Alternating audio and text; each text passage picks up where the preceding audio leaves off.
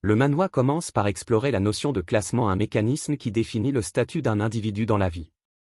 C'est aussi la force qui alimente les ambitions intérieures d'un individu, le poussant à rechercher l'épanouissement. Ce classement s'incarne dans le pouvoir, l'intelligence, les liens sociaux, la richesse et même la nature du métier. À une époque où tout est évalué selon une échelle de valeurs, se déroulait l'histoire d'un jeune garçon, debout, regardant vers l'avenir, méditant sur la route qui s'offrait à lui. Dans le paisible village de Ti, où la vie s'écoulait à son rythme simple, un garçon de 16 ans nommé Lou coupait du bois avec diligence. Chaque coup de hache exprimait son enthousiasme, et lorsqu'il avait terminé, un sentiment de satisfaction illuminait son visage. Un villageois s'approcha alors de lui et lui demanda s'il pouvait aiguiser son épée. Sans hésiter, Lou accepta. Peu après, une jeune fille nommée Yona intervint soudainement. Avec une détermination ardente, Yona, 16 ans, donna un coup de pied à l'homme et lui cria dessus, l'avertissant de ne pas dépendre de Lou pour chaque tâche. Ses actions révélaient sa volonté et son assurance, la distinguant ainsi dans la petite communauté. Les villageois, observant la scène, murmurèrent entre eux, se rappelant que Lou avait toujours semblé un peu distrait depuis son enfance. Ils remarquèrent qu'il ne refusait jamais les demandes de qui que ce soit, aussi petite soit-elle. Mais Yona n'en avait pas fini, sa frustration déborda lorsqu'elle saisit Lou par les épaules et le secoua, visiblement contrarié que tout le monde continue à abuser de sa gentillesse. Lou, cependant, ne semblait pas le moins du monde troublé, ce qui ne fit qu'attiser l'exaspération de Yona. Adoucissant le ton, elle lui dit qu'elle comprenait, il était tout simplement trop bienveillant. Malgré cela, elle ne pouvait s'empêcher de trouver son inépuisable désir de plaire à autrui à la fois admirable et exaspérant. Son inquiétude pour lui transparaissait sous son irritation. À ce moment précis, comme si une idée lui avait traversé l'esprit, le visage de Yona s'illumina d'un sourire éclatant. Elle se pencha vers Lou et lui demanda avec enthousiasme s'il voulait s'éclipser du village un instant. Elle mentionna avoir trouvé un chemin secret inconnu.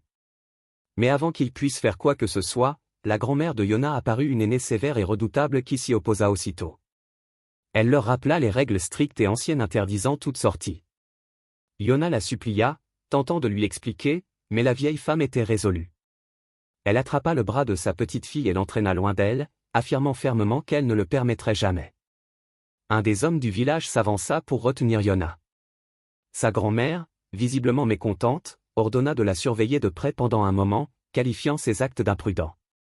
Le visage de Yona exprimait sa frustration et sa colère, mais elle ne résista pas davantage. Pendant ce temps, sur un ton contrasté, le même homme se tourna vers Lou et lui demanda s'il pouvait l'aider à aller chercher de l'eau plus tard.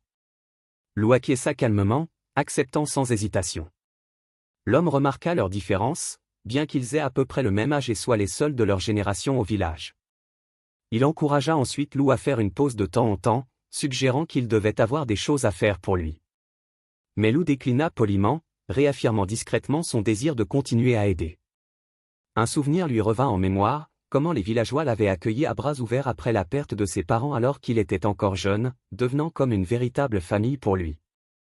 Il se souvenait de la chaleur de leurs gestes, de la façon dont ils l'avaient toujours traité comme l'un des leurs.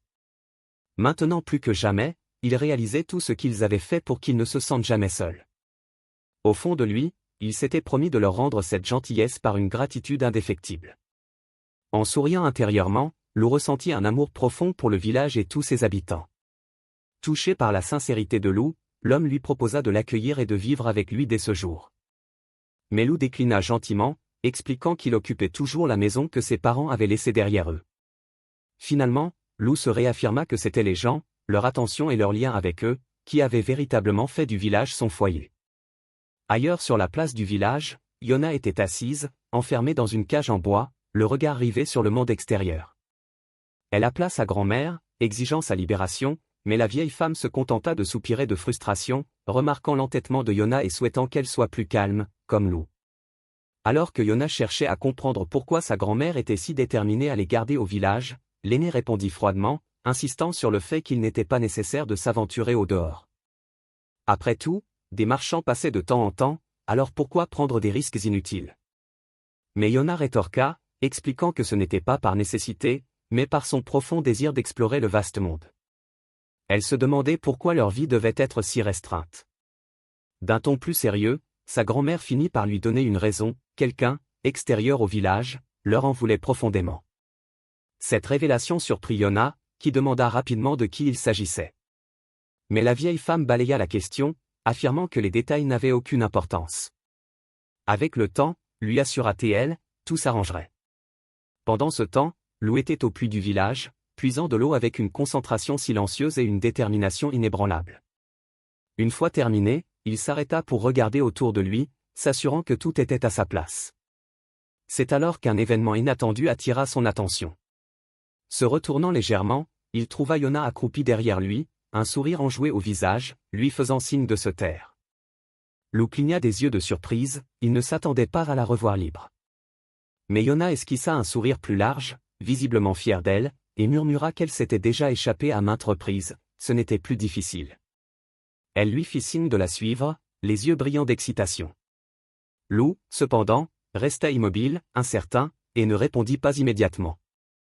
Alors qu'il s'aventurait au-delà des limites du village, Lou exprima son inquiétude, craignant que sa grand-mère ne soit furieuse si elle découvrait leur départ.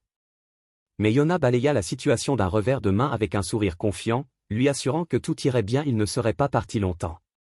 Elle ajouta qu'elle avait quelque chose de spécial à lui montrer, quelque chose qui valait le risque. Ils continuèrent à travers une forêt verdoyante, la lumière du soleil filtrant à travers les arbres. Yona ouvrait la marche d'un pas enthousiaste, son énergie contagieuse, tandis que Lou suivait, prudente mais intriguée. Arrivée à la lisière de la forêt, l'excitation de Yona redoubla. Elle se tourna vers Lou, les yeux brillants, et lui dit qu'ils étaient presque arrivés à l'endroit dont elle lui avait parlé. Enfin, ils émergèrent dans un espace ouvert où une vaste vallée à couper le souffle s'étendait à perte de vue. Yona poussa un cri d'excitation, pointant du doigt le paysage grandiose. Émerveillé par l'immensité et la beauté du monde extérieur. Lou était visiblement ému, c'était la première fois qu'il voyait un tel spectacle et il s'exclama, bouleversé par l'incroyable spectacle. Se tournant vers lui avec un air plus sérieux, Yona lui demanda s'il connaissait les règles du monde extérieur. Sa question attisa sa curiosité et le troubla. Puis elle sortit un livre secret qu'elle avait obtenu d'un marchand, expliquant qu'il contenait des informations sur un système utilisé dans le monde extérieur, les classements. Yona expliqua ensuite comment ce système s'appliquait à presque tout aventurier, médecin, et même musicien, tous classés en rangs. Ceux qui atteignaient ces rangs étaient appelés individus classés, et ces classifications étaient basées sur le pouvoir, la nourriture, la richesse et même les armes. Elle s'exprima avec passion, soulignant que les gens du monde extérieur vivaient une concurrence acharnée pour accéder au rang supérieur. Lou parut stupéfait, réalisant peu à peu que le monde extérieur obéissait à des règles totalement différentes de celles qu'il connaissait. Tandis que Yona affirmait son rêve de devenir une aventurière de haut rang, elle lui confia son désir de voyager au loin, de relever des défis palpitants, d'affronter des rivaux redoutables et, un jour, de devenir une aventurière appréciée et respectée. Lou lui rappela sérieusement la règle qui leur interdisait de quitter le village, mais elle l'interrompit, pleine d'énergie, lui disant que cette règle lui était désormais indifférente. Sa décision était prise. Puis elle lui tendit la main, l'encourageant à la rejoindre dans ce voyage.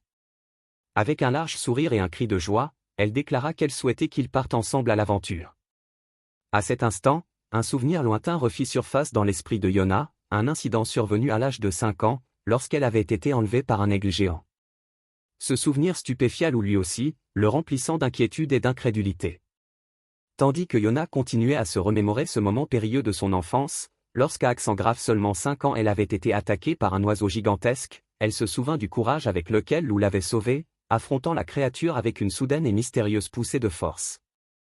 Lou, interloqué par l'histoire, demanda si c'était vraiment arrivé. Yona le confirma avec empressement, soulignant qu'il avait eu une réaction étrange à ce moment-là. Elle poursuivit en expliquant qu'à partir de ce moment, elle avait compris que, bien que Lou paraisse habituellement calme, il devenait plus fort que quiconque lorsqu'il était vraiment sérieux. Avec un sourire, elle lui dit qu'il brillerait encore plus s'il s'aventurait dans le monde extérieur et l'invita avec enthousiasme à l'accompagner dans ses aventures à travers le monde. Lou resta silencieux un instant.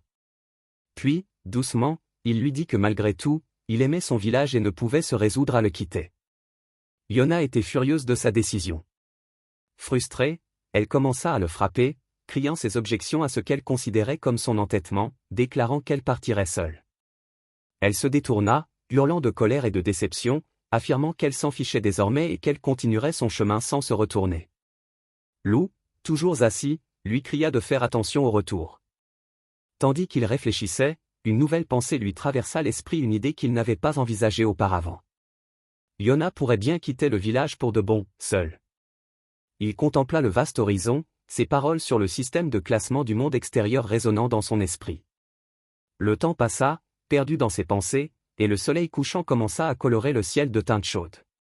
Finalement, à l'approche du soir, il décida de retourner au village.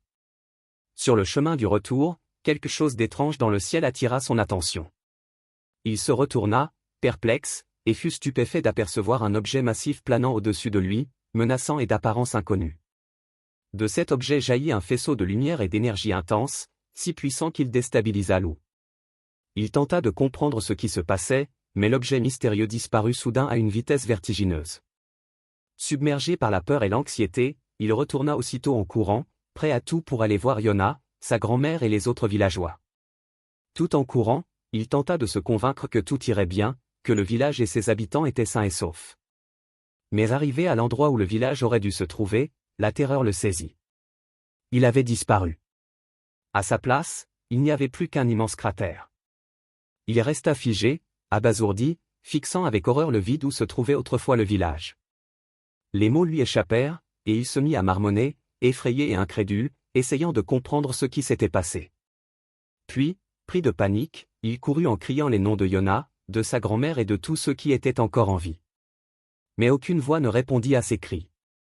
Dans ce moment d'effondrement et de désespoir, une image de Yona lui revint à l'esprit, sa jeune version souriante lorsqu'elle lui avait dit un jour « Tout va bien, Lou. Je serai toujours à tes côtés.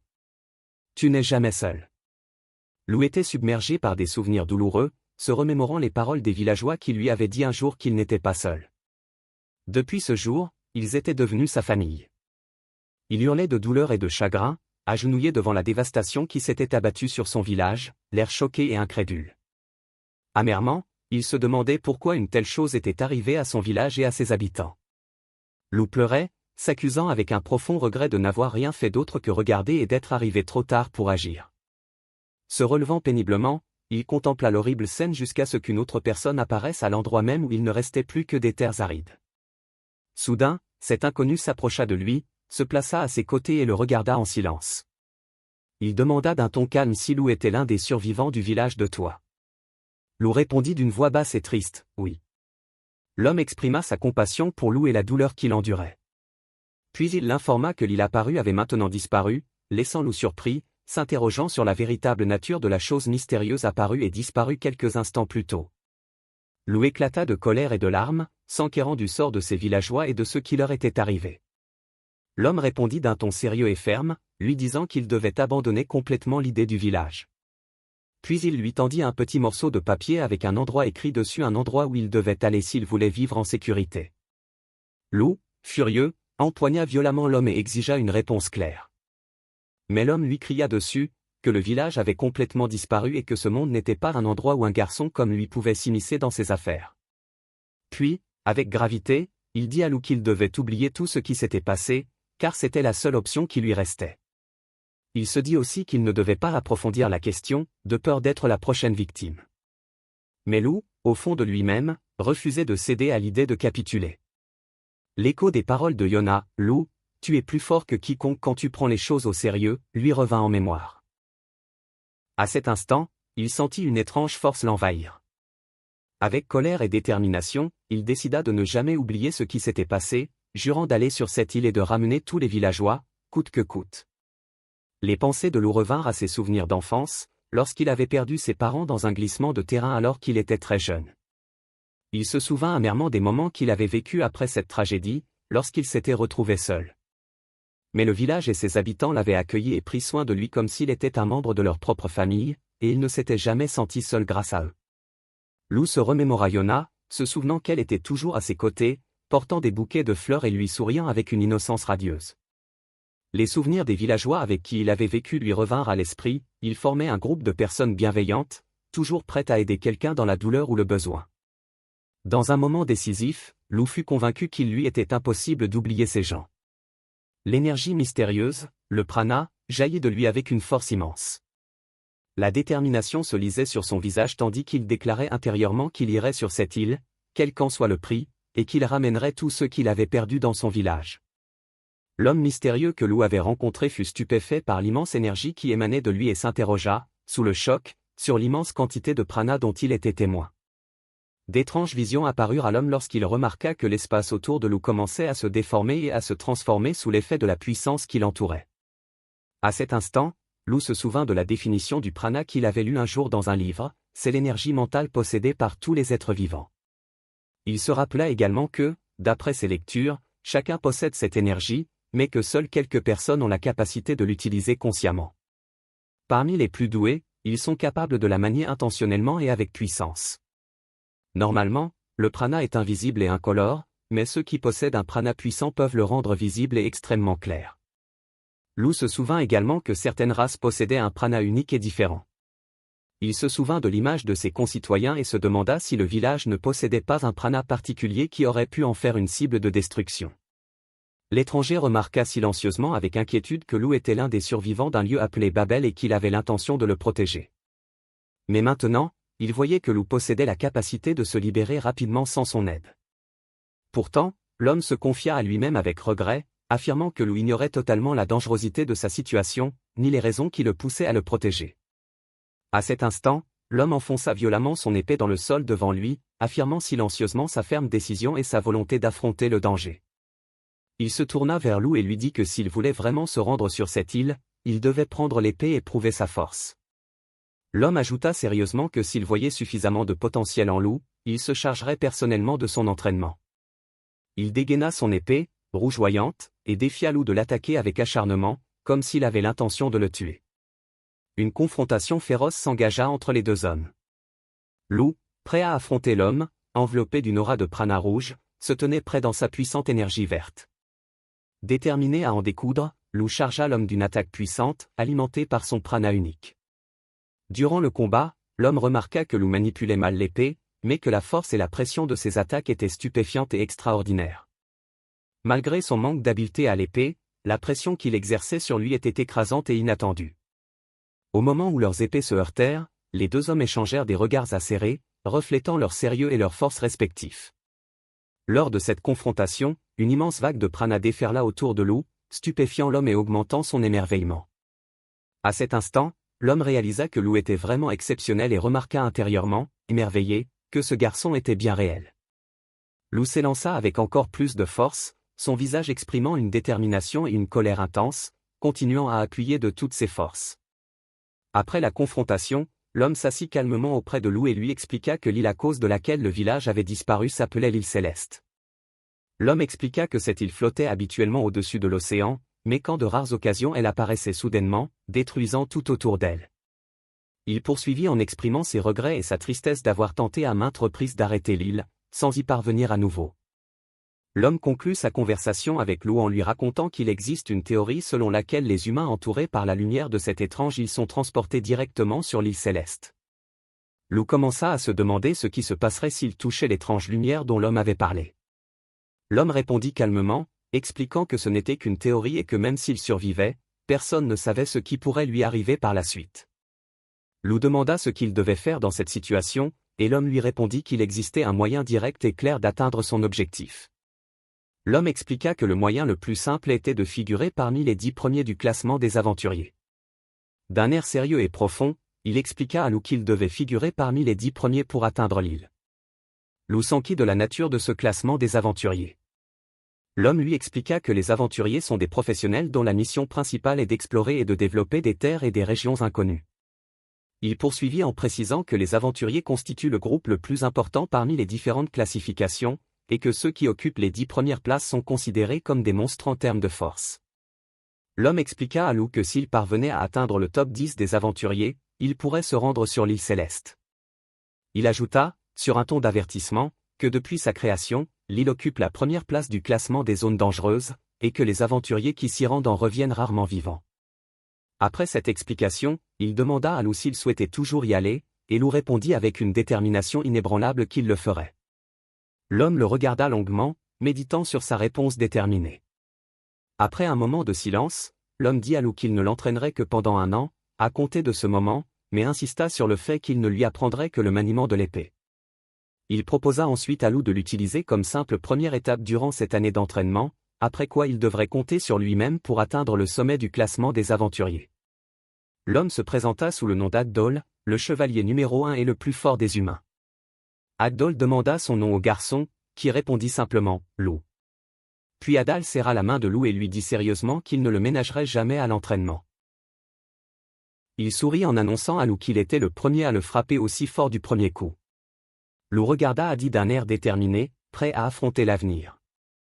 Ainsi commença l'année d'entraînement que Lou lui-même décrirait plus tard comme une année d'enfer. Tout au long de l'année, Lou s'entraîna avec une intensité extrême. Ses mains et ses pieds étaient couverts de blessures et d'ampoules dues à cet entraînement intensif. Il affronta également des situations extrêmement dangereuses et brutales, où ses muscles se déchiraient et ses os se brisaient.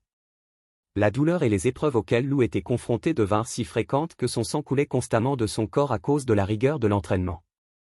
Après toutes ces souffrances, Adal cessa complètement de parler de l'île céleste, comme pour dire à Lou indirectement, trouve les autres réponses par toi-même, et si c'est impossible, abandonne.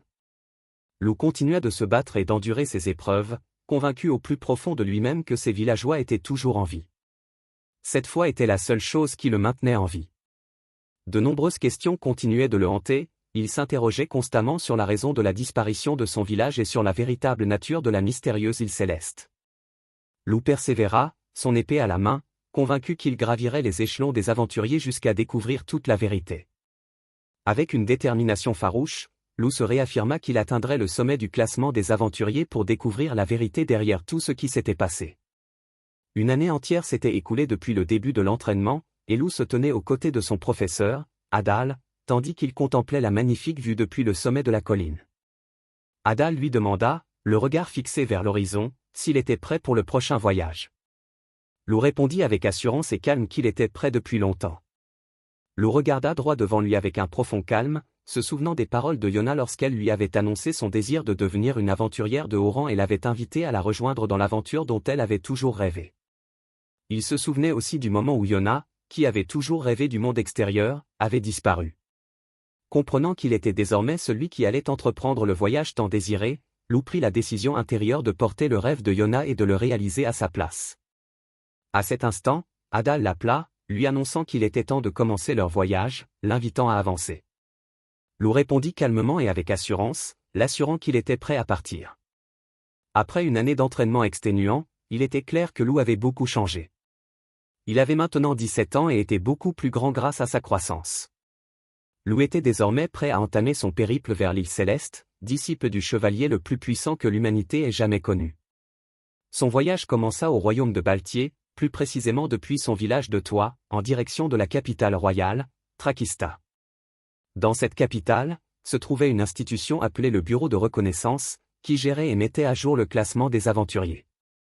Dans l'un des bureaux du Bureau de reconnaissance, une jeune fille dormait sur une pile de livres et de papiers éparpillés, marmonnant dans son sommeil qu'il était temps. La jeune fille se réveilla en sursaut, paniquée, réalisant qu'elle avait trop dormi et manqué des tâches importantes. Elle rencontra son collègue, qui lui demanda si elle avait passé la nuit à consulter les classements. La jeune fille se défendit, affirmant que cela faisait partie de son travail puisqu'elle travaillait au bureau de reconnaissance. Son collègue lui conseilla de mieux prendre soin de sa santé, compte tenu de son poste important qui l'obligeait à évaluer constamment de nombreuses personnes. On expliqua que le bureau de reconnaissance était une profession qui envoyait des experts dans le monde entier pour évaluer les compétences des aventuriers et les classer équitablement. Les employés du bureau de reconnaissance devaient posséder de vastes connaissances et une grande capacité de jugement et de décision. De plus, accéder à un poste permettant d'évaluer et de classer les autres nécessitait de réussir de nombreuses évaluations et tests. Ce métier était donc considéré comme l'un des plus difficiles, et n'était pas accessible à tous, seuls quelques privilégiés étaient sélectionnés. La jeune fille avoua à sa collègue en souriant qu'elle n'était qu'une jeune employée et que pour réaliser ses ambitions, elle devrait fournir de gros efforts pour obtenir une promotion. Lorsque sa collègue lui demanda ce qu'elle souhaitait accomplir, elle rit timidement, expliquant qu'elle souhaitait exercer une multitude de métiers. Sa collègue suggéra que le meilleur moyen d'obtenir une promotion au sein du bureau de la reconnaissance était de devenir l'agent exclusif d'un aventurier de renom. Mais la jeune fille répondit tristement qu'elle n'avait encore trouvé personne digne de son attention. Sa collègue rit, soulignant que ses exigences étaient trop élevées, mais la jeune fille rétorqua sèchement que le problème ne résidait pas dans ses exigences, mais dans le faible niveau des aventuriers actuels. La jeune fille expliqua avec passion que, par le passé, la concurrence entre aventuriers était féroce, mais qu'aujourd'hui, les postes les plus élevés étaient devenus stagnants et immuables, ce qui enlevait toute valeur au classement. Elle affirma avec force que les classements n'ont de valeur que s'ils sont en constante évolution. Sa collègue lui sourit d'un air taquin, lui disant qu'elle était bien trop obsédée par les évaluations et les classements, et la jeune fille rit de bon cœur, admettant fièrement qu'elle était en effet un cas désespéré à cet égard. La jeune fille du bureau de reconnaissance commença à exprimer avec passion son souhait de voir émerger une nouvelle étoile capable de bouleverser le classement. Sa collègue rit en ouvrant la porte d'une salle bondée, affirmant que cette étoile montante se trouvait peut-être déjà dans cette salle. La salle était effectivement bondée de participants se préparant à l'examen d'inscription des aventuriers. La jeune fille du bureau de reconnaissance se demanda pourquoi il y avait autant de participants cette année, et sa collègue répondit que le nombre était habituellement bien inférieur. Elle ajouta que cette augmentation était peut-être due à l'ajout de la forêt d'Azaban au classement des zones dangereuses il y a 2 mois, ce qui avait accru l'intérêt des aventuriers. Après avoir observé attentivement les participants, sa collègue remarqua qu'il y avait beaucoup de candidats prometteurs cette année. Elle commença à parler de l'un d'eux, Oldarki, classé 753e parmi les mercenaires, un jeune chef d'un célèbre groupe de mercenaires connu même au niveau national. Puis elle désigna un autre jeune homme, Eddie Markman, classé 402e parmi les archers, issu d'une famille réputée pour son excellence dans ce domaine, soulignant que sa vitesse de tir à l'arc était susceptible de battre des records à l'avenir. Elle poursuivit en mentionnant d'autres personnalités éminentes dans diverses spécialités, comme le marchand aventurier. La jeune fille du bureau de reconnaissance remarqua plusieurs autres personnages, comme le chevalier, le navigateur et le guide aventurier, et put facilement identifier leur classement. Sa collègue la félicita d'avoir pu reconnaître les classements sans même consulter les records, ce à quoi la jeune fille répondit fièrement qu'elle y parvenait facilement car elle travaillait au bureau de reconnaissance. La jeune fille du bureau de reconnaissance expliqua avec enthousiasme pourquoi tant de personnes souhaitaient obtenir le titre d'aventurier, il était extrêmement utile et indispensable pour accéder à certaines zones spéciales et dangereuses.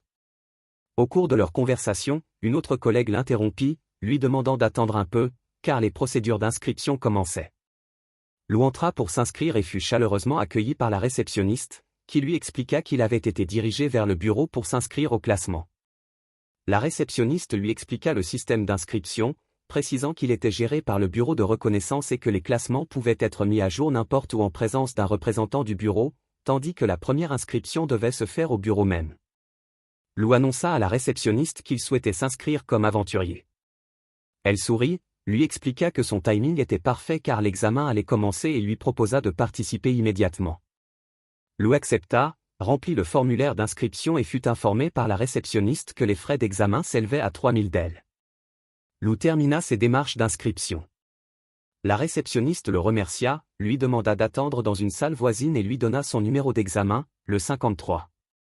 L'employé du bureau de reconnaissance a remarqué Lou qui passait et a commenté, surprise, qu'il y avait encore des gens qui ignoraient le rôle du bureau de reconnaissance. Sa collègue a ri, disant que cela faisait longtemps qu'elle ne l'avait pas expliqué à quelqu'un. Sa collègue lui a demandé de l'aider à préparer l'examen, et elle a accepté, plaisantant sur le fait que travailler à l'intérieur pouvait parfois être agréable. La réceptionniste commença à expliquer les détails de l'examen d'inscription des aventuriers, précisant qu'il se déroulerait en 3 étapes. Elle expliqua ensuite que la première étape serait un examen écrit, suivi d'une épreuve pratique, puis d'un test final qui serait expliqué plus tard. Elle conseilla aux participants de ne pas abandonner s'ils échouaient à une étape, car ils pouvaient encore réussir en excellant aux autres. Les participants commencèrent immédiatement l'examen écrit, et certains manifestèrent une tension et une concentration profonde. L'un des participants pensa que l'examen était extrêmement difficile et très vaste. Au bout d'un moment, la réceptionniste annonça la fin de l'examen écrit. Elle expliqua ensuite à tous que l'examen pratique aurait lieu dans la forêt, à l'extérieur du village, dans 2 heures, et demanda à chacun de rester sur place jusqu'à l'affichage des résultats dans la salle voisine. La réceptionniste demanda à sa collègue de l'aider à corriger les examens, et celle-ci répondit avec enthousiasme, confirmant qu'elle était prête. Dans le bureau, les 2 employés étaient occupés à corriger les copies d'examen d'inscription. En vérifiant les copies, la jeune fille remarqua la feuille du candidat numéro 53, Lou, et se souvint immédiatement de lui comme de celui à l'air triste qu'elle avait croisé plus tôt. Mais son expression passa rapidement de la curiosité à la stupeur lorsqu'elle découvrit que toutes les réponses de Lou à l'examen étaient complètement fausses. Frustrée, Les jeunes employés soupirèrent et dirent qu'elles devraient prendre en compte les sentiments de ceux qui se retrouvent soudainement confrontés à une épreuve aussi difficile. Après 2 heures, les candidats se sont rassemblés dans la forêt pour l'examen pratique. L'employé leur a expliqué que leur tâche consistait à trouver des trésors spécifiques. Elle leur a expliqué les règles en détail, pointant du doigt un grand tableau affichant les points de chaque objet requis. Toute bagarre entre participants était formellement interdite, précisant clairement que le premier à toucher un objet le remporterait. Les candidats ont commencé à vanter leurs talents et leurs compétences. Certains se sont vantés d'être experts en plantes médicinales, tandis que d'autres se sont vantés d'être doués pour la collecte d'insectes.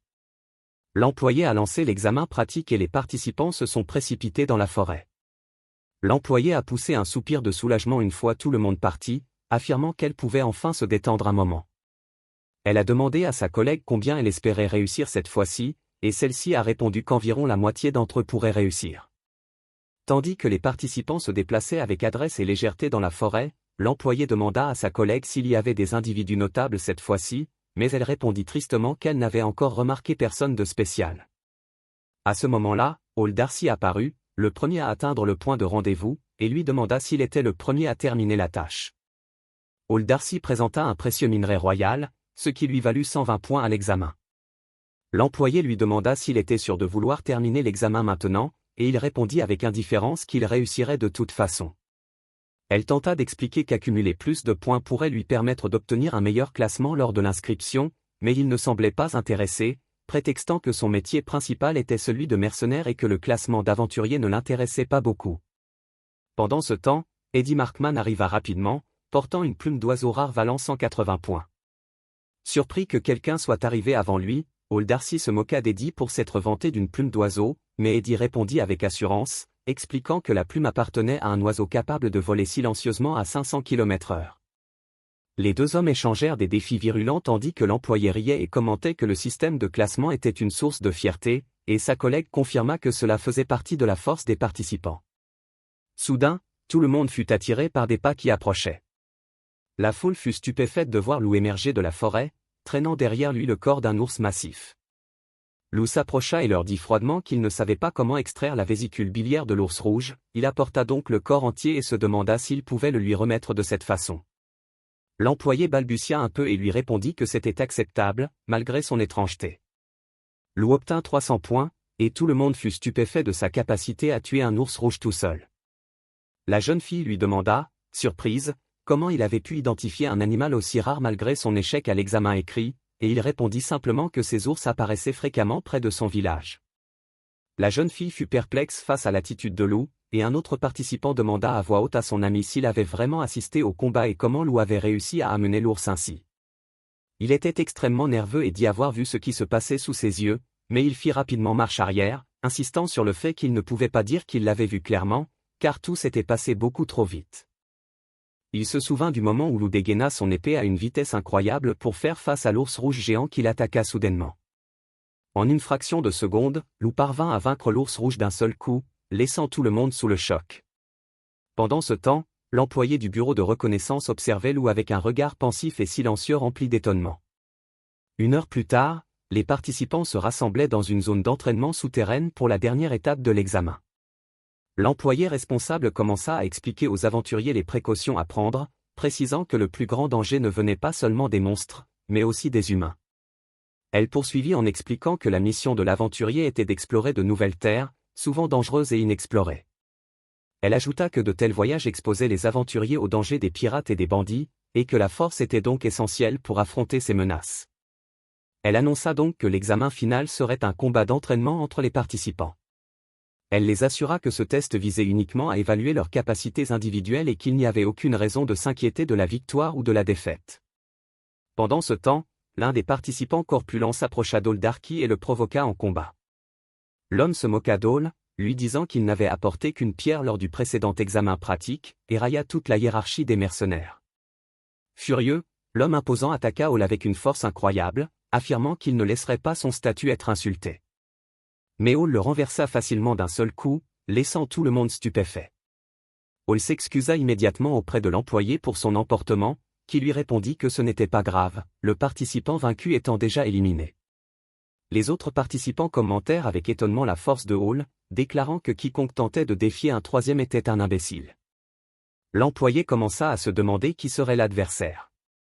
Se posant nerveusement la question, l'employé junior du bureau de reconnaissance s'approcha de sa collègue et lui dit qu'elle voulait choisir un adversaire précis pour tous, et sa collègue accepta avec curiosité. Les combats entre les participants commencèrent, et les confrontations furent féroces, avec une variété de styles de combat. C'était l'heure du 8e match, et l'employé annonça que le prochain combat opposerait l'équipe d'Old Darcy, numéro 27, et d'Eddie Markman, numéro 41, qui affronterait seul le participant numéro 53, Lou. Tout le monde fut surpris par la décision et la considéra comme une sous-estimation des deux participants, tandis qu'Eddie affirma que ce n'était pas la première fois qu'il était sous-estimé. L'employé demanda nerveusement à sa collègue si elle était sûre de son choix, et celle-ci répondit avec assurance, confirmant qu'elle avait fait le bon choix.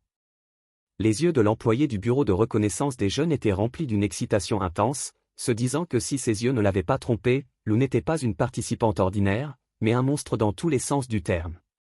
Le match commença alors dans la grande arène, sous les yeux impatients de tous les participants à l'examen, tandis que ceux-ci se préparaient au combat.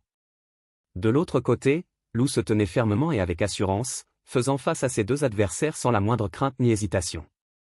Pendant ce temps, Old Darcy, le chef du groupe de mercenaires Red Wolf, se tenait prêt à combattre aux côtés de son partenaire, Eddie Markman, le jeune homme issu d'une célèbre famille d'archers. Les exploits du groupe de mercenaires menés par Old Darkest furent rappelés, notamment leur victoire l'année dernière sur un important gang criminel connu sous le nom de Mafia de Canmore, qui occupait la 62e place du classement des organisations criminelles. Il fut également mentionné qu'Hall avait lui-même éliminé à lui seul 7 des principaux chefs de ce gang, dont le chef. Quant à Eddie Markman, il était l'héritier de la famille d'archers Markman et possédait un talent extraordinaire au tir à l'arc dès son plus jeune âge. Eddie avait reçu une formation exceptionnelle de son père, qui avait auparavant occupé la 2e place du classement des archers. Les compétences d'Eddie étaient largement connues parmi les archers, et personne ne doutait de son intelligence et de sa précision. Dans ce combat difficile, Lou, le jeune homme inconnu, affronta seul ces deux combattants réputés, débordant d'excitation. L'employé annonça le début du combat, et chaque concurrent se précipita vers son adversaire. Eddie fut le premier à attaquer, décochant une flèche rapide vers Lou, mais ce dernier l'esquiva habilement. Il se dirigea ensuite rapidement vers Old Darkest, se préparant à l'affronter de front. Un affrontement rapide et intense s'engagea entre Lou et Hall, chacun tentant de porter des coups décisifs. Les deux hommes échangèrent des attaques féroces et rapides, et le bruit de leurs épées s'entrechoquant résonna bruyamment, stupéfiant le public. Les spectateurs furent stupéfaits par la rapidité et l'intensité du combat, si rapide qu'ils pouvaient à peine voir ce qui se passait. Un spectateur s'étonna même de n'entendre que le bruit des épées s'entrechoquant, sans pouvoir distinguer ce qui se passait réellement sous ses yeux. Soudain, Lou lança une attaque violente qui força Hall à reculer, surpris par la force de son adversaire. Il saisit l'occasion et tenta de mettre fin au combat d'un coup direct, mais Hall réussit à esquiver l'attaque à la dernière seconde. Eddie en profita pour lancer un assaut rapide, décochant de nombreuses flèches sur Lou depuis une position surélevée. Mais Lou fit preuve d'une habileté extraordinaire, bloquant toutes les flèches à une vitesse incroyable, laissant le public complètement abasourdi. Les spectateurs étaient de plus en plus stupéfaits en voyant Lou encaisser les attaques de deux des combattants les plus talentueux avec une telle aisance. Les combattants marquèrent une courte pause pour évaluer la situation, tandis que Lou observait ses adversaires d'un regard calme et posé. Hall et Eddie échangèrent une brève conversation, Hall affirmant être certain que Lou était un épéiste de très haut rang, et Eddie affirmant n'avoir jamais vu un combattant comme lui auparavant. Pour la première fois du match, Lou parla calmement, demandant s'ils étaient classés ailleurs. Eddie répondit qu'il était classé 402e parmi les archers, et Hall, 753e parmi les mercenaires. Lou répondit d'un ton calme et assuré, affirmant qu'il comprenait désormais tout clairement. Une énergie mystérieuse et extrêmement puissante l'enveloppa, et il déclara avec une grande confiance que s'il parvenait à les vaincre tous les deux, il pourrait atteindre les 3 premières places du classement. L'immense énergie irradiait de lui, faisant ressentir à tous sa puissance et son ampleur écrasante. Eddie fut complètement abasourdi par la puissante énergie qui entourait Lou, des signes évidents de choc et de stupéfaction se lisant sur son visage. Hall aussi était choqué et effrayé, se demandant comment cet homme pouvait soudain posséder une aura aussi terrifiante. L'employé du bureau de reconnaissance observa la scène avec stupéfaction, choqué par l'immense prana irradiant de Lou, dont l'énergie devenait clairement visible à l'œil nu. Aussitôt, Eddie Markman pointa son arc sur Lou, affirmant d'un ton ferme que le classement n'était pas qu'une question de profession. Eddie ajouta que, bien qu'il fût classé 402e parmi les archers, il occupait également la 78e place au classement des tireurs d'élite spécialisés. Eddie décocha sa flèche à une vitesse incroyable, visant directement Lou avec l'intention de le terrasser. Mais en une fraction de seconde, Lou esquiva la flèche et se rapprocha d'Eddie, le projetant au sol d'un seul coup, le rendant complètement inconscient. Lou se tenait alors face à Old Darcy, qui se prépara rapidement après avoir vu son compagnon Eddie tomber. Tous regardèrent Lou avec inquiétude et un regard interrogateur face à son étrange pouvoir, des signes évidents d'anxiété se manifestant face à une force aussi terrifiante. Les deux hommes s'affrontèrent dans une position décisive pour l'affrontement final, dans l'attente tendue du public. Ils échangèrent des regards acérés et déterminés. Le regard féroce de Lou trahissait clairement sa puissance et son intimidation, tandis qu'Hall semblait stupéfait par ce qu'il voyait. Lou fonça à une vitesse incroyable, dépassant Hall et lui assena un coup rapide qui faillit le terrasser. Au dernier moment, l'employé cria d'une voix forte, exhortant Lou à patienter. Après que Lou se fut immobilisé, Hall annonça sa reddition, jetant son arme au sol et expliquant qu'il devait se rendre au travail plus tard et ne pouvait pas risquer d'être blessé. Hall ajouta que ce serait mauvais pour lui de perdre connaissance comme Eddie, toujours inconscient au sol. Lou se tourna froidement vers Hall, qui, sans défense, se rendit, et Lou sembla analyser silencieusement la situation de son adversaire. Hall jeta un coup d'œil à la main de Lou qui bougeait légèrement, pensant avec anxiété qu'il comprenait enfin ce qui se passait. Hall poursuivit ses pensées, visiblement stupéfait, s'interrogeant sur la véritable identité de ce garçon au pouvoir si terrifiant, le considérant comme un véritable monstre. Au même moment, les spectateurs exprimaient leur admiration et leur stupéfaction devant la force de Lou, qui avait vaincu à lui seul deux boxeurs triplement classés.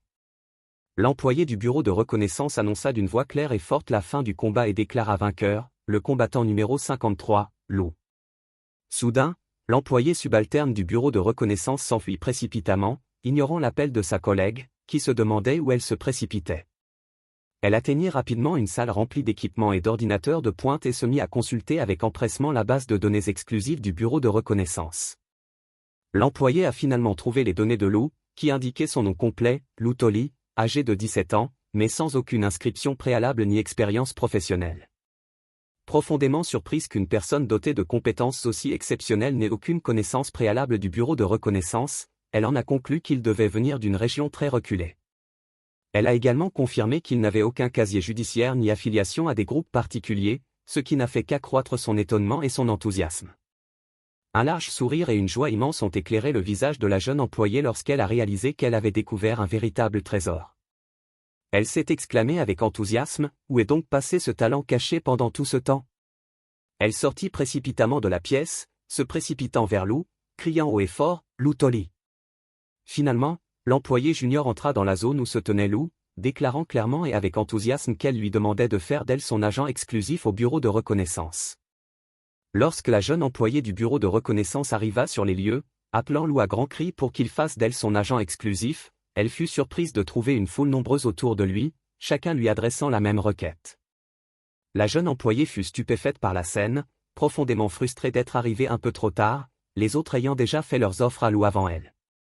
Elle s'irrita de la précipitation des autres à présenter leurs offres, estimant qu'ils auraient dû vérifier l'identité de Lou avant de faire de telles propositions.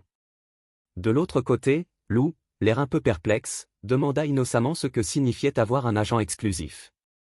Immédiatement, l'employé junior intervint avec enthousiasme, assurant Lou qu'elle lui expliquerait tout en détail.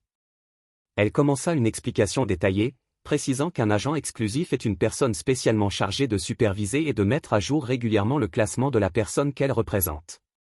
L'employé expliqua que la mise à jour d'un classement consistait généralement à attendre qu'un membre du bureau de reconnaissance évalue officiellement les compétences d'une personne, mais qu'avec un agent exclusif, l'aventurier pouvait mettre à jour son classement instantanément, à tout moment et en tout lieu, sans attendre. Elle poursuivit son explication avec passion, soulignant que cela était particulièrement utile pour les aventuriers qui voyageaient fréquemment à travers le monde. L'employé junior a alors fouillé dans sa poche et en a sorti un appareil spécial appelé Ranktel, expliquant qu'il s'agissait d'un outil unique et exclusif pour les agents, leur permettant de mettre à jour leur classement à tout moment. Elle a conclu son explication avec un sourire, tendant l'appareil à Lou et précisant que s'il voulait grimper rapidement et efficacement dans le classement, il devait engager une agente exclusive comme elle. Lou marqua une pause, réfléchissant sérieusement à la question, puis lui annonça d'un ton calme qu'il n'avait qu'une seule condition. Il regarda tout le monde autour de lui et déclara clairement qu'il accepterait d'engager l'agent exclusif qui l'aiderait à atteindre le top 10 du classement des aventuriers. Un moment de surprise et de silence s'installa parmi les spectateurs après la demande inattendue de Lou, car le défi leur semblait extrêmement difficile. Tous fixèrent Lou avec une concentration intense tandis qu'il répétait sa demande avec sérieux et calme, confirmant qu'il voulait quelqu'un qui lui garantisse d'atteindre le top 10 du classement. Le silence revint et les gens commencèrent à murmurer, soulignant que le top 10 était composé de personnes d'une force exceptionnelle. Certains dans la foule exprimèrent leur inquiétude quant à la demande de Lou, soulignant que malgré ses remarquables compétences, atteindre le top 10 était quasiment impossible. Malgré cela, Lou resta silencieux, sans autre commentaire, et continua à regarder vers l'avenir avec une confiance et une détermination manifestes. À ce moment-là, l'employé junior remarqua Lou s'éloigner discrètement sans choisir personne. Elle se précipita à sa poursuite, criant et l'appelant à grands cris de s'arrêter et d'attendre. L'employé quitta rapidement les lieux, se dépêchant de rattraper Lou qui s'éloignait vers la sortie du bâtiment. Lorsqu'elle parvint enfin à le rattraper, elle l'appela à haute voix, lui demandant de s'arrêter. Essoufflée, elle s'arrêta devant lui et lui demanda très sérieusement pourquoi il était si déterminé à entrer dans le top 10 du classement des aventuriers.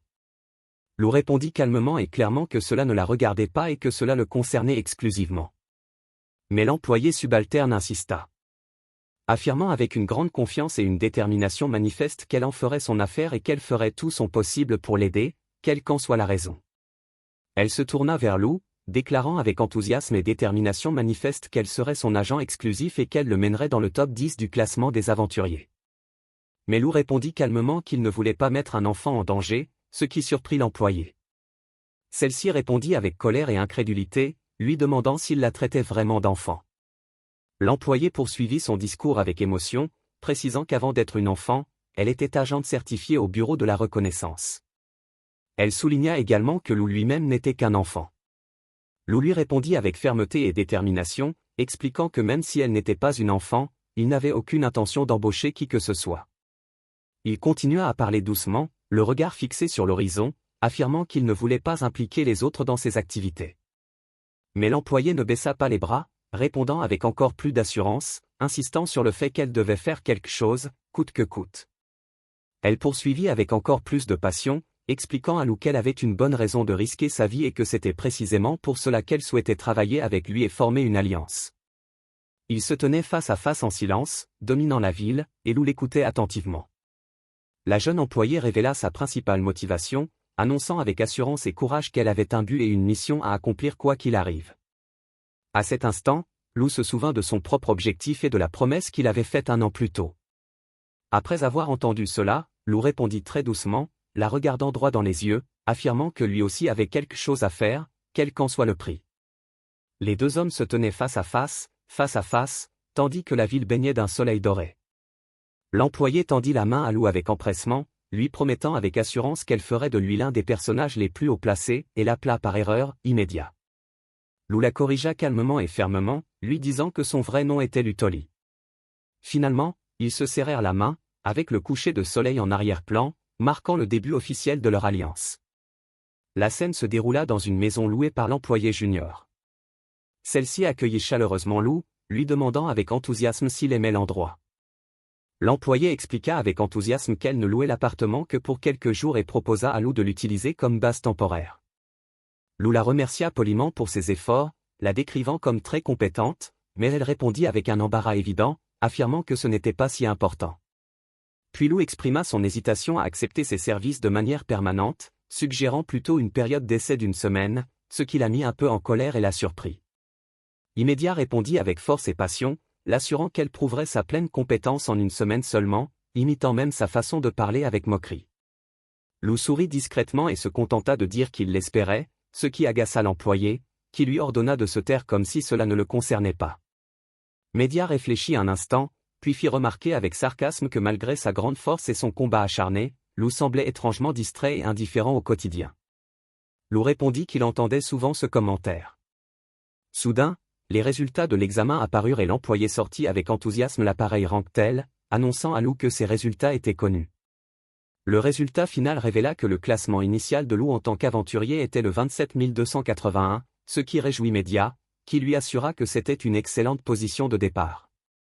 Mais Lou parut quelque peu surpris et expliqua à l'employé qu'il s'attendait à un classement à 3 chiffres près, ce qui la laissa perplexe et l'incita à demander pourquoi. Lou expliqua pourquoi il pensait qu'il devait être classé parmi les 3 premiers, expliquant qu'il le supposait car les 2 individus qu'il avait affrontés à l'examen étaient déjà bien classés, Eddie était classé 402 parmi les archers et Hall 753 parmi les mercenaires. Immédiat précisa que le classement des aventuriers était le plus compétitif de tous les autres, ce qui rendait extrêmement difficile l'accès facile aux plus hautes positions. Elle insista sur le fait que ce n'était pas seulement une question de force, puis montra à Lou le détail de son classement sur l'appareil Ranktel, soulignant que, bien que son rang d'aventurier soit 27 281, sa position parmi les épéistes était 58, un rang exceptionnellement élevé. Lou exprima sa surprise et demanda si ce classement était considéré comme bon. L'employé affirma clairement que ce chiffre représentait le summum du talent selon le bureau de reconnaissance. Lou demanda ensuite si Hall et Eddie avaient également d'autres classements. Les médias le confirmèrent et affichèrent leurs différentes classifications. Elle passa en revue les classements d'Hall d'Arcu, qui comprenaient les mercenaires à 753, les épéistes à 521, le nettoyage spécial à 209, les enquêteurs à 2831 et le chef de confiance au rang 86. Elle énuméra également les classements d'Eddie Markman, qui comprenaient les archers à 402, les tireurs d'élite à 781, les éclaireurs à 2111 et un impressionnant rang de 19 en culture de champignons.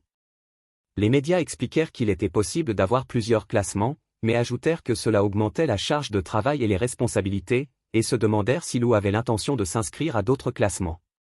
Mais Lou répondit immédiatement et fermement qu'il ne cherchait pas plus de travail, et l'employé sourit, disant qu'elle commençait à comprendre un peu sa personnalité. L'employé continua de résumer son objectif principal, précisant clairement qu'il souhaitait atteindre le top 10 du classement des aventuriers le plus rapidement et le plus rapidement possible.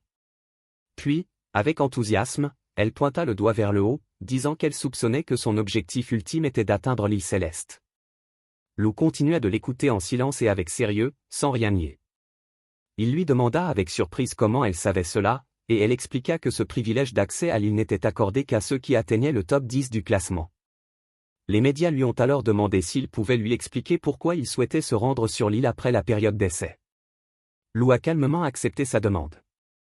Elle a répondu qu'elle partagerait également sa propre situation une fois la période d'essai terminée, ajoutant qu'il était normal qu'ils échangent des détails.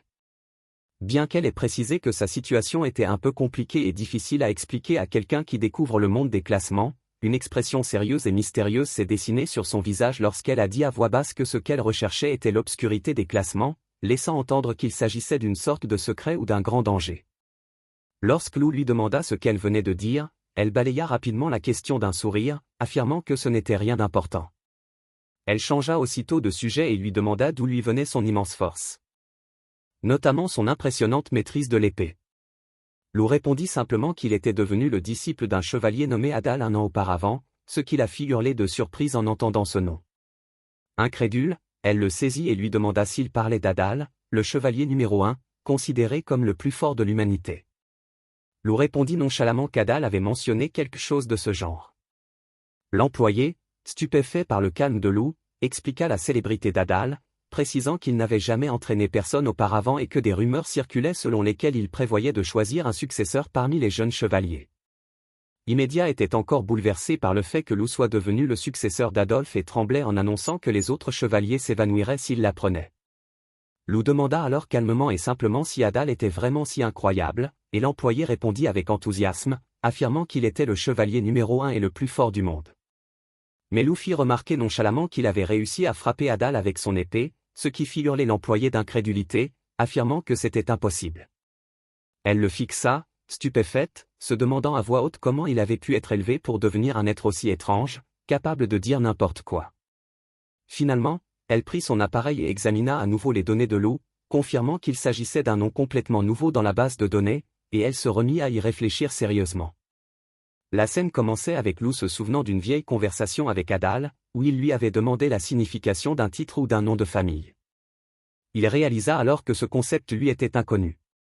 Adol lui avait alors conseillé d'utiliser le nom de Lutoli s'il voulait vraiment atteindre l'île céleste par le chemin le plus court, l'avertissant que, même si cela comportait de grands risques, cela pourrait aussi lui fournir des indices importants.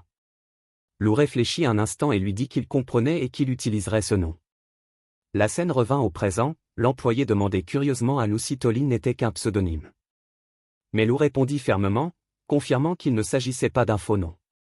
Il poursuivit d'un ton calme et assuré, affirmant que Tolly était son nom de famille et qu'il signifiait beaucoup pour lui.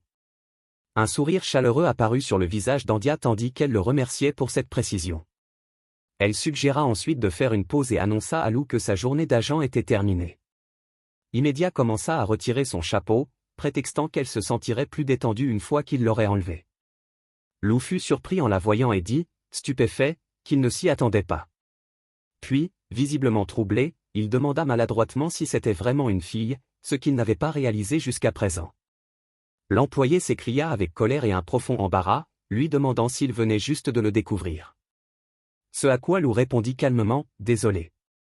L'employé semblait extrêmement agacé par le calme de Lou, le regardant avec frustration et colère, puis cria avec exaspération, se demandant à haute voix si « désolé » était vraiment tout ce qu'il pouvait dire après une révélation aussi choquante.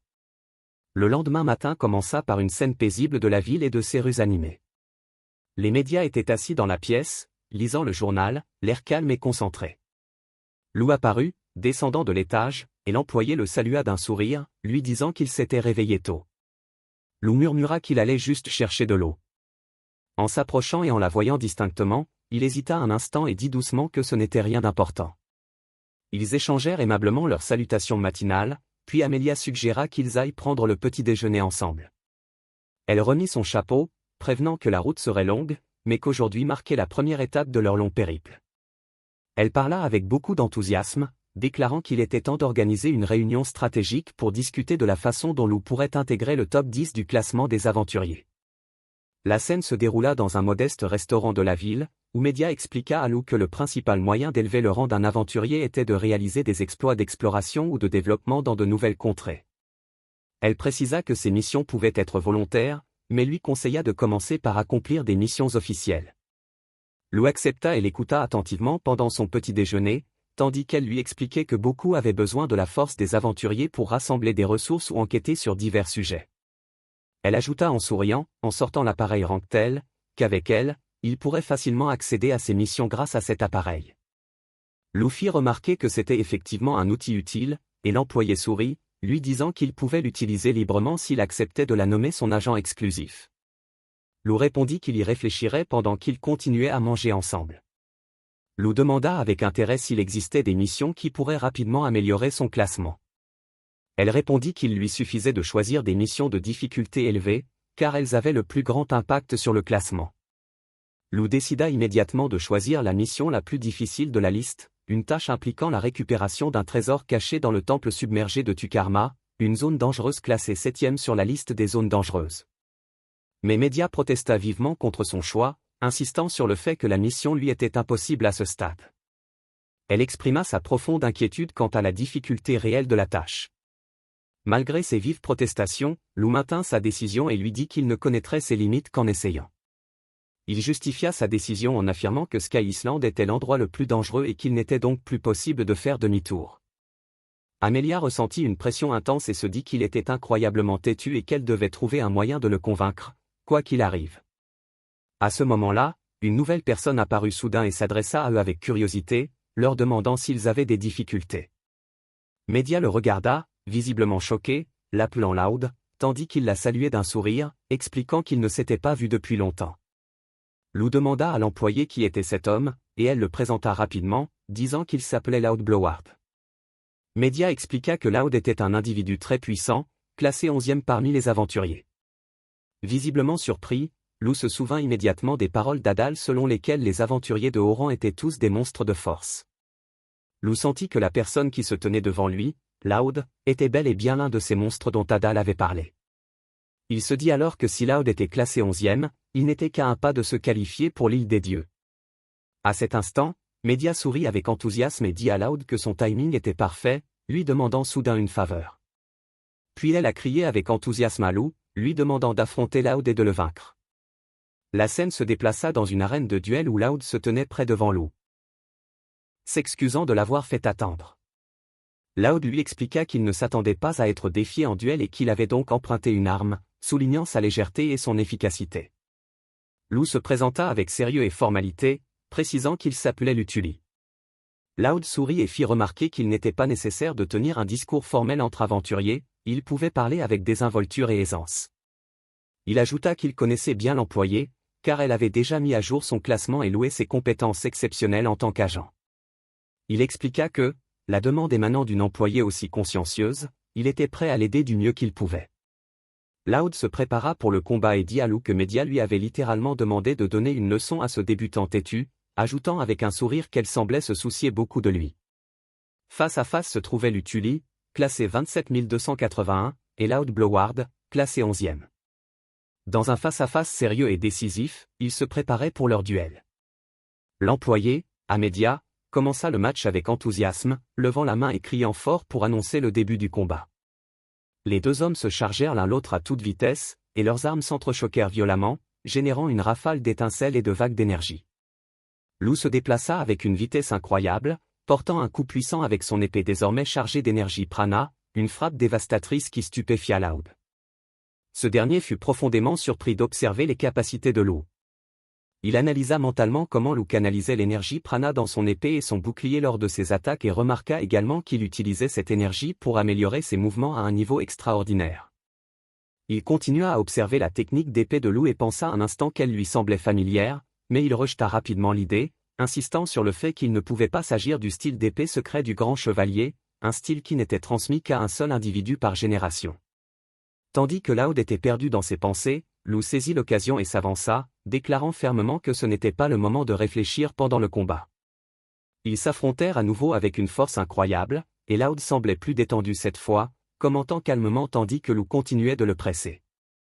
Ils échangèrent une série rapide d'attaques consécutives dans le bruit et le chaos du combat, et leurs coups s'entrechoquèrent avec une telle intensité que de petites explosions d'énergie jaillirent autour d'eux. Loud recula légèrement, fixant l'énergie débordante de Lou, constatant que la quantité de prana que Lou possédait surpassait même la sienne, et qu'il y avait aussi un étrange scintillement autour de lui. Loud demanda directement à Lou quelle était sa race, à cause de l'étrange énergie qu'il transportait. Lou, visiblement confus, demanda avec surprise ce qu'il entendait par « race ». Loud répondit sérieusement que faire semblant de ne pas savoir ne lui servirait à rien et ajouta que ce genre d'énergie ne s'acquérait pas sur le tard, c'était quelque chose avec lequel on est. Lorsqu'il comprit que Lou refusait de parler, Loud annonça avec indifférence qu'il le forcerait à révéler ses capacités au combat et commença à préparer une puissante attaque avec sa lance. Il demanda alors à Lou s'il pouvait utiliser des incantations, ce qui le déconcerta et le fit se demander en silence ce que ce terme signifiait. Loud commença à réciter sa propre incantation, et une énergie immense s'éleva autour de lui tandis qu'il récitait une phrase rituelle, « L'étalon sauvage, puissant et libre, traversant d'innombrables montagnes, cherche un souffle de vent. » Une énergie immense explosa autour de Loud, formant une immense aura dorée qui laissa Lou visiblement sous le choc devant cette démonstration de puissance écrasante. Loud poursuivit son incantation puissante, récitant d'autres paroles rituelles, ce qui fit apparaître autour de lui une multitude de lances lumineuses, prêtes à une attaque massive. Il regarda Lou et lui dit avec assurance qu'il ferait mieux d'utiliser sa propre incantation, sinon il mourrait sans aucun doute face à une telle puissance. Loud continua de parler avec un grand sérieux, annonçant à Lou qu'il mourrait s'il n'utilisait pas son incantation maintenant. Tous deux se tenaient sur le champ de bataille, enveloppés d'une énergie intense qui emplissait la zone de tension et d'impatience. Loud regarda Lou avec une concentration intense, attendant la réaction de son adversaire. Le visage de Lou trahissait clairement la tension et l'inquiétude en observant l'attaque massive que Loud s'apprêtait à lancer. Loud pointa sa lance avec force vers Lou, tandis qu'une énergie dorée commençait à se rassembler autour de lui, en prévision de l'attaque. Une vague d'énergie massive jaillit de lui, sous la forme d'un déluge dense de lances rayonnantes qui volèrent vers Lou, le stupéfiant par la puissance de l'assaut. Lou se mit à se déplacer à une vitesse incroyable, tentant d'esquiver la pluie de lances qui s'abattait sur lui avec une force écrasante. Malgré ses efforts pour esquiver l'attaque, il était clair que Lou luttait terriblement. Loud admit calmement qu'une épée ordinaire ne pourrait jamais bloquer une telle incantation. D'un simple mouvement des doigts, Loud activa encore plus de lances, qui foncèrent sur Lou avec une vitesse et une force immenses. Lou poursuivit ses manœuvres d'esquive, utilisant une agilité et une rapidité incroyables pour esquiver les lances implacables. Une fois l'attaque terminée, Lou resta là, reprenant son souffle, légèrement essoufflé, bien que son expression affichât une profonde concentration. L'esprit de Lou repensa à son entraînement avec son mentor, Adal, qui lui avait un jour confié sa faiblesse dans le contrôle du prana. Adal avait ajouté qu'une fois habitué à la gestion du prana, Lou serait progressivement capable d'utiliser des techniques spéciales. Sur le coup, Lou avait demandé, surpris, quelle technique il serait capable d'utiliser. Adal lui avait conseillé d'observer attentivement et lui avait dit qu'il commencerait par lui enseigner la technique la plus simple. Adal démontra ensuite une technique de base appelée lame de foudre devant Loud, déployant une puissance et une vitesse fulgurantes. Lou décida d'utiliser cette même technique contre Loud, libérant une énorme vague de prana verte qui fonça vers lui à une vitesse incroyable.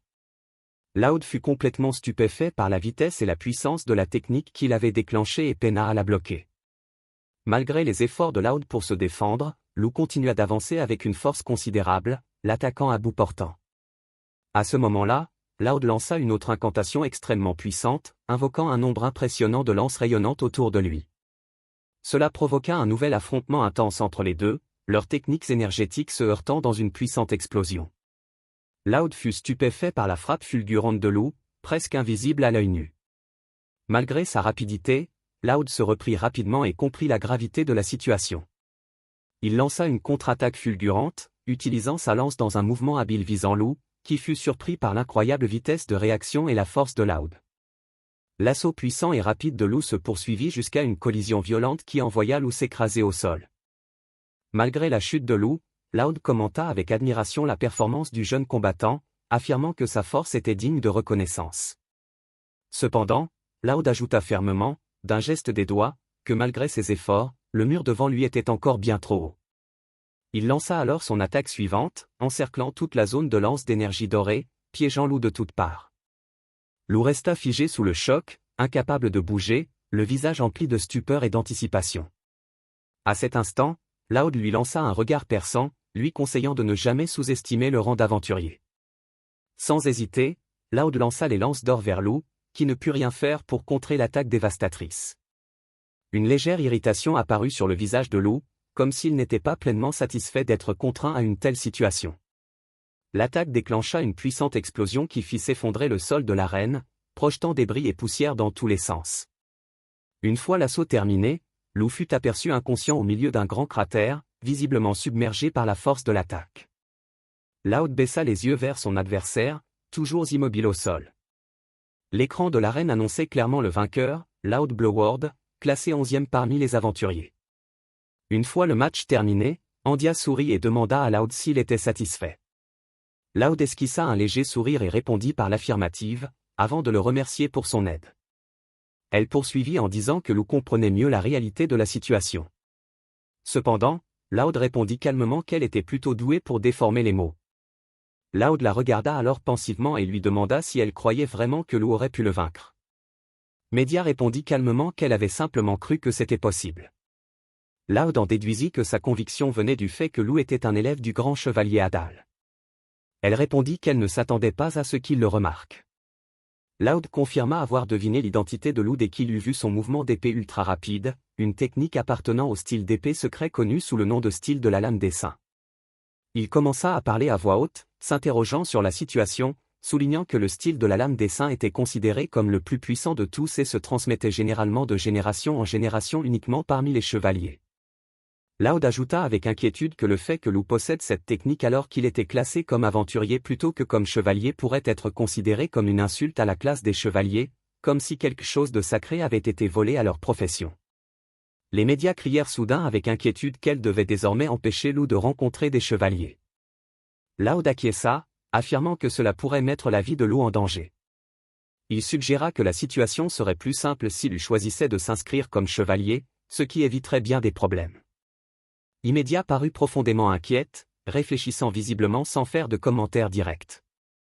Elle se souvint que Lou lui avait un jour dit calmement qu'il devait faire quelque chose, quel qu'en soit le prix, même si cela semblait impossible. Elle continuait d'expliquer que si elle croyait en la force de Lou, au-delà du simple fait d'être l'élève d'Adal, c'était parce que Lou lui avait dit qu'il avait réussi à le frapper lui-même. Loud, très surpris, répondit avec une incrédulité manifeste, affirmant que c'était impossible, surtout compte tenu du niveau actuel de Lou. Immédiat acquiesça et dit qu'elle avait d'abord pensé la même chose, ajoutant que Lou ne semblait pas du genre à mentir sur ce point. Loud parut pensif et se dit que si le style de l'âme des saints avait été une surprise, ce qui retint encore plus son attention était l'éclat particulier de l'énergie utilisée par Lou, le laissant soupçonner un secret plus profond. Soudain, Immédiat se tourna vers Loud avec intérêt, et celui-ci lui expliqua sans détour que Lou possédait également des techniques d'incantation. Il admit calmement que si Lou avait effectivement utilisé ces incantations pendant le combat, Loud aurait peut-être perdu le match, témoignant ainsi de son profond respect pour la force du jeune combattant.